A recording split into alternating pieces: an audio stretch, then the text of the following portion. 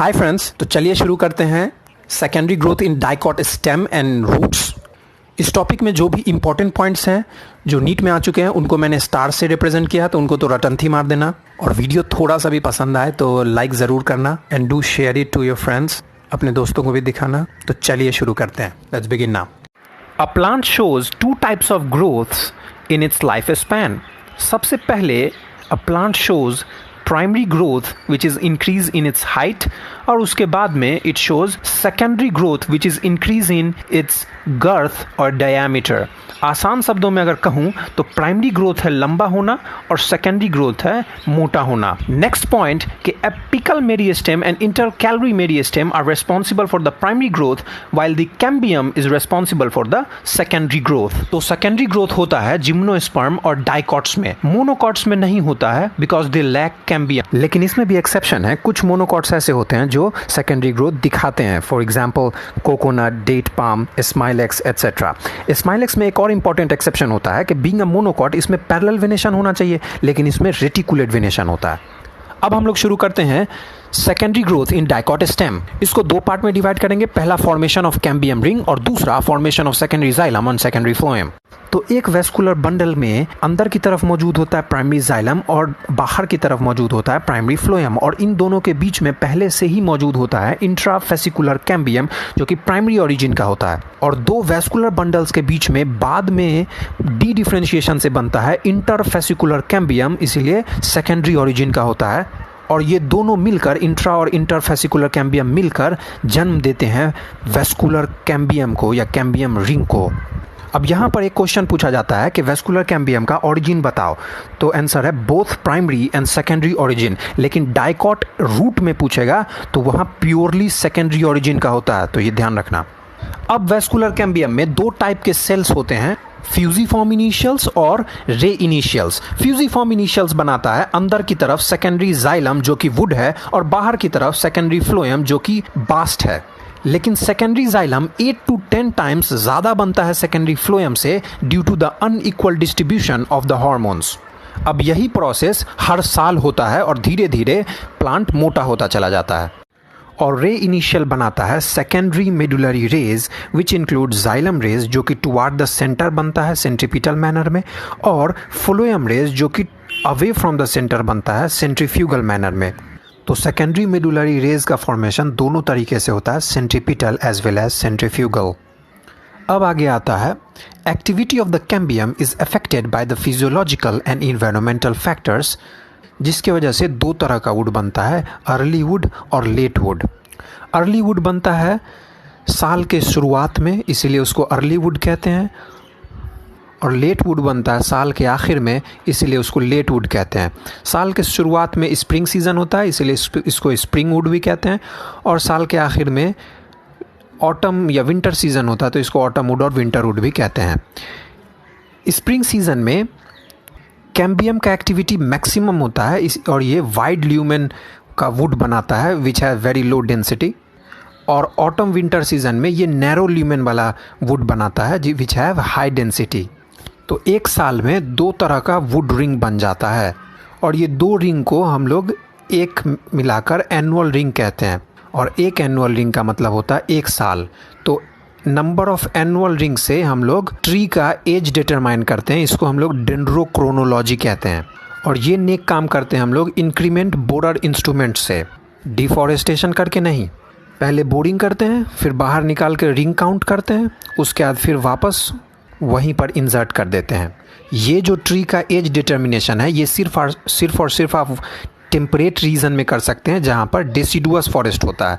ऐसा क्यों? क्योंकि यहाँ पर सीजनल वेरिएशन काफ़ी शार्प होता है, और ट्रॉपिकल एरियाज़ में जहाँ ट्रॉपिकल फॉरेस्ट और एवरग्रीन फॉरेस्ट होता है वहाँ पर सीजनल वेरिएशन बहुत कम होता है। ये एक रीज़न था बायोडाइवर्सिटी ज़्यादा मिलने का इक्वेटर पर, इसीलिए आप ऐसे जगहों पर एज डिटरमाइन नहीं कर पाएगा ट्री का, जैसे कोस्टल एरियाज़ में, डिज़र्ट्स में, ट्रॉपिकल एरियाज़ में। इंडिया भी ट्रॉपिकल रीजन में ही आता है, इसलिए यहाँ पर भी आप प्लांट का एज डिटरमाइन नहीं कर पाइएगा डेंड्रोक्रोनोलॉजी से। लेकिन हिमालयाज़ में आप कर सकते हैं एज डिटरमाइन। अब ऐसा ही सेकेंडरी ग्रोथ हर साल चलता रहा और ओल्ड ट्रीज़ में वुड बनता रहा। लेकिन ओल्ड ट्रीज में दो तरह का वुड बन जाता है, हार्टवुड एंड सैपवुड। ये डिफरेंस आता है due to the deposition of resin, tannin, gums, oils and aromatic substances. इन डिपोजिशन की वजह से वुड डार्क ब्राउन कलर का हो जाता है, और जहाँ पे डिपोजिशन नहीं होता वो लाइट कलर का होता है। उसको हम लोग सैपवुड कहते हैं या फिर एल्बर्नम कहते हैं। एल्बा मतलब होता है वाइट, और डार्क ब्राउन कलर का जो हो गया वो है हार्टवुड। ये डिपोजिशन सब हार्टवुड को एंटीसेप्टिक प्रॉपर्टी देता है, resistant to the microbial and insect attacks. Heartwood में हाईली लिग्निफाइड वॉल होता है जो कि ट्री को मैकेनिकल स्ट्रेंथ प्रोवाइड करता है, इसीलिए हम इसको हार्टवुड को डूरामेन नाम देते हैं। डूरामेन शब्द का मतलब होता है हार्ड या ड्यूरेबल, इसीलिए डूरामेन कहते हैं। अब इम्पॉर्टेंट पॉइंट के heartwood does not conduct any water और मिनरल, लेकिन सैपवुड वाटर और मिनरल कंडक्ट करता है। अच्छा, हार्टवुड क्यों नहीं करता? तो इसका दो रीज़न है। पहला तो रीज़न के पाइप ब्लॉक है, डिपोजिशन हो चुका है, और दूसरा रीज़न है tylosis. Tyloses are balloon-like ingrowth of the parenchyma cells into the vessels and tracheids, which also blocks the pipe. तो अभी तक जो हम लोग पढ़ रहे थे ये स्टीलर रीजन में सेकेंडरी ग्रोथ पढ़ रहे थे। अब पढ़ेंगे एक्स्ट्रा स्टीलर रीजन में, यानी एंडोडर्मिस के बाहर। एंडोडर्मिस के बाहर सेकेंडरी ग्रोथ करता है कॉर्क कैम्बियम या फेलोजेन। ये डिराइव होता है हाइपोडर्मिस से, लेकिन रूट्स में कॉर्क कैम्बियम डिराइव होता है पेरीसाइकल से।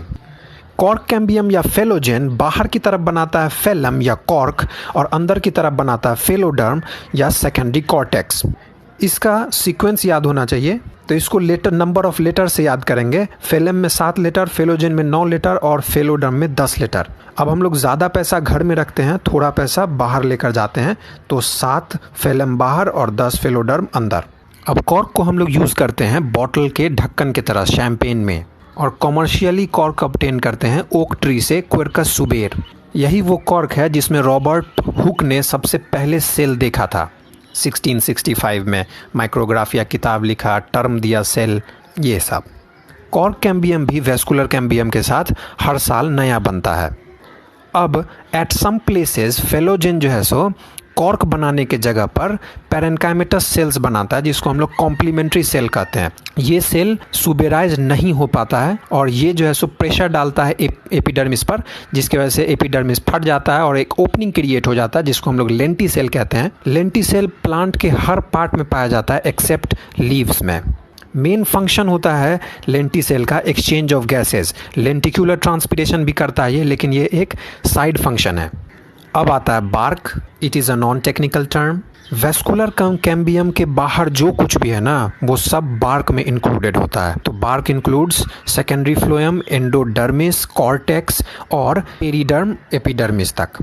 पेरिडर्म में वो तीनों लेयर आ गया, फेलम, फेलोजेन और फेलोडर्म। और प्राइमरी फ्लोएम हम नहीं लिए हैं क्योंकि वो तो क्रश हो चुका है। टिश्यू क्रश हो जाता है जब सेकेंडरी जाइलम और सेकेंडरी फ्लोएम जो बनता है ना सेकेंडरी ग्रोथ में, तो वो दूसरे टिश्यूज पर प्रेशर डालता है, और सेकेंडरी फ्लोएम, पिथ और अर्लियर फॉर्म्ड सेकेंडरी फ्लोएम भी क्रश हो जाता है, लेकिन जाइलम रिमेन्स मोर और लेस इंटैक्ट। ये इंपॉर्टेंट है। अब आता है रिंगिंग या गर्डलिंग एक्सपेरिमेंट। इसमें आप एक्सपेरिमेंटली रिंग के फॉर्म में बार्क को प्लांट से हटा देते हैं, और जब बार्क हटा तो जो फ्लोएम है, जो कि फूड ट्रांसपोर्टिंग टिश्यू है प्लांट में, वो भी हट जाता है, जिसकी वजह से फूड जो ऊपर पत्तों पर बना है वो रूट्स तक ट्रांसपोर्ट नहीं हो पाता है, which result in the death of roots.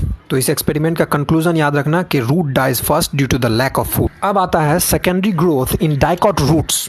इसमें पहले ही पॉइंट बता चुके हैं कि वेस्कुलर कैम्बियम यहाँ पर कंप्लीटली प्योरली सेकेंडरी ओरिजिन का होता है, ओनली सेकेंडरी ओरिजिन का होता है रूट्स में। और पहले जो वेस्कुलर कैम्बियम बनता है वो वेवी होता है, टेढ़ा मेढ़ा होता है, और फिर बाद में सर्कुलर बन जाता है।